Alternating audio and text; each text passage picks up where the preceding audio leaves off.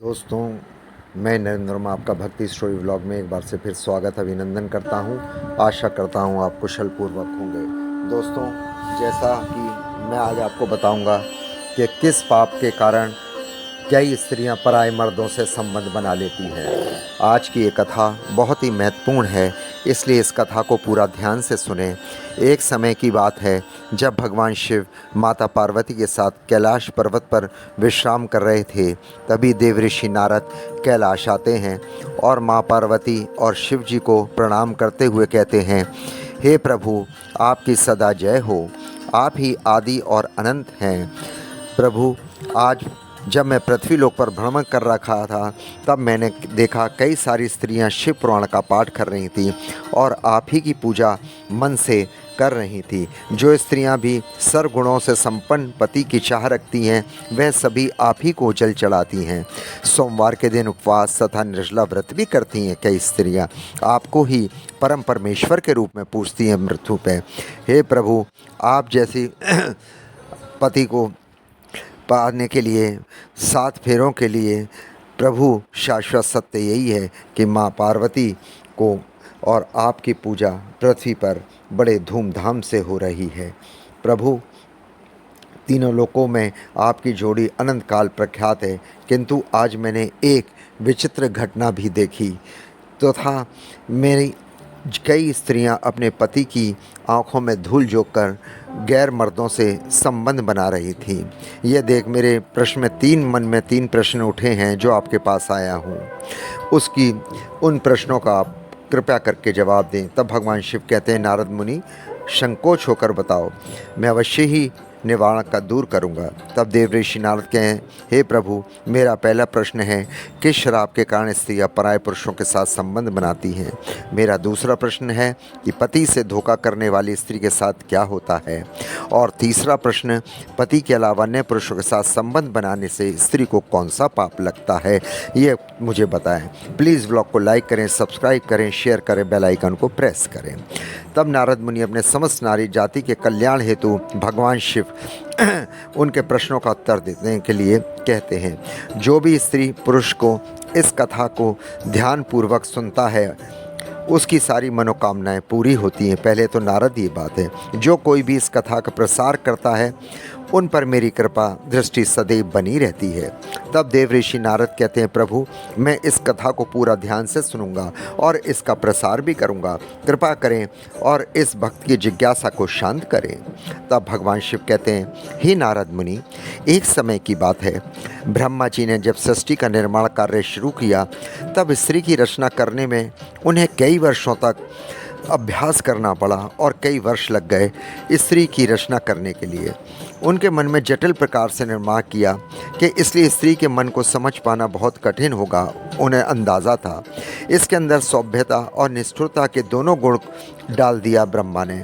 उसी प्रकार से उन्होंने स्वयं के शरीर से एक कन्या भी उत्पन्न की जिसका नाम अहिल्या था। ये वही कन्या है जिसको मिले श्राप के कारण आज कई स्त्रियां पराये पुरुषों के साथ अनैतिक संबंध बना रही हैं। इसी अहिल्या की कथा में आपको सारे प्रश्नों का उत्तर मिल जाएगा। देवी अहिल्या अत्यंत सुंदर, गुणवान और चरित्रवान स्त्री थी। उसे वरदान था कि वह हमेशा के लिए 16 वर्ष की आयु ही बनी रहेगी। वह कभी 16 से 17 वर्ष की न होगी, न 15 वर्ष की। वह जीवन भर 16 वर्ष की बनी रहेगी। और ब्रह्मा जी ने उसे शिक्षा के लिए गौतम ऋषि के आश्रम में भेज दिया। वह कन्या इतनी सुंदर थी, सारा संसार के देव दानव उसको अपनी पत्नी बनाने की इच्छा रखते थे। किंतु जब मुनि गौतम के आश्रम से अत्यंत सुरक्षित होकर शिक्षा ग्रहण करने के बाद वह ऋषि गौतम के यहाँ से ब्रह्मा जी के वापस आई तो ब्रह्मा जी अचंभित हो गए उनकी पवित्रता को देखकर कि इतने महान हैं गौतम ऋषि। तब उन्होंने गौतम ऋषि से ही अहिल्या का विवाह कर दिया। उन्होंने कहा, पूरे संसार में गौतम ऋषि आप जैसा कोई नहीं है। तब भगवान शिव कहते हैं, नारद मुनि, फिर कुछ दिन बीतने के बाद जब देवी अहिल्या गंगा तट पर स्नान हेतु गई थी, उसी समय देवराज इंद्र भी वहाँ वन विहार कर रहे थे। उसी समय जब इंद्र की दृष्टि अहिल्या पर पड़ी तो वो अचंभित रह गए। इतनी सुंदरता को देखकर देवराज इंद्र मोहित हो गए और उनके मन में पाप पड़ गया। जब इंद्र को इस बात का पता चला कि वह गौतम ऋषि की पत्नी है तो उन्होंने इस पे विचार करने लगे। वे हर रोज़ उसे देखने के लिए छुप छुप कर उसका पीछा करने लगे। उसने गौतम ऋषि और देवी अहिल्या की सारी गतिविधियों को जान लिया था। और फिर एक दिन चंद्रमा के पास गए इंद्र। भगवान शिव कहते हैं, नारद मुनि, जब भी कोई व्यक्ति अपने मित्र का चुनाव करता है तो सबसे पहले वे अनेक आचार विचार एक जैसे ही होते हैं। जैसे कि चोर का मित्र चोर होता है, संत का मित्र संत होता है। फिर एक दिन इंद्र और चंद्र ने मिलकर एक योजना बनाई, जिसके अनुसार एक रात को इंद्रदेव मुनि गौतम का भेष में अहिल्या के पास जाएंगे और चंद्रमा इस जोखिम भरे कार्य में उनकी सहायता करेंगे। हे नारद, चंद्रमा ने भी अपने गुरु से धोखा किया था, जिसका कारण ये था कि चंद्रमा के गुरु देव बृहस्पति हैं। और एक बार चंद्रमा शिक्षा हासिल करने के लिए बृहस्पति देव के पास गए। वहाँ चंद्रमा बृहस्पति की पत्नी तारा की सुंदरता पर मोहित हो गए थे और उनसे प्यार करने लगे। इसके बाद तारा चंद्रमा के साथ भाग गई और बृहस्पति ने को छोड़ दिया।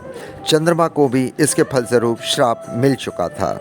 फिर भगवान शिव कहते हैं, नारद मुनि, फिर एक दिन की बात है, देवराज इंद्र और चंद्रमा ने योजना बनाई। योजना के अनुसार इंद्र ने महर्षि गौतम तथा चंद्रमा ने एक मुर्गे का रूप धारण कर लिया और दोनों ही ऋषि की कुटिया के पास चले गए। अभी रात्रि के 2 ही बचे थे कि तभी चंद्रमा मुर्गा बना और उसने बाग लगा दी, जिस कारण गौतम मुनि की आँख खुल गई और वे उठकर सुबह समझे 4 बज गए हैं और गंगा स्नान हेतु निकल गए। वहीं दूसरी तरफ महर्षि गौतम का रूप धारण करके अहिल्या के पास चंद्रमा आ गए। इंद्र देवता आ गए। अभी वह स्नान करने गए थे तो उन्होंने कहा, यहाँ तो कोई नहीं है, रात का अंधेरा है। और इतने में इंद्र गौतम की पत्नी के पास पहुंच गए और कहने लगा कि मैं आपसे संभोग करना चाहता हूं। देवी हैरान हो गई। अहिल्या कहने लगी, अभी तो प्रभु आप गए थे, इतनी जल्दी क्यों आ गए? कि नहीं, मेरे को काम वासना हो गई है, मेरे को थोड़ा अब संभोग करने दो।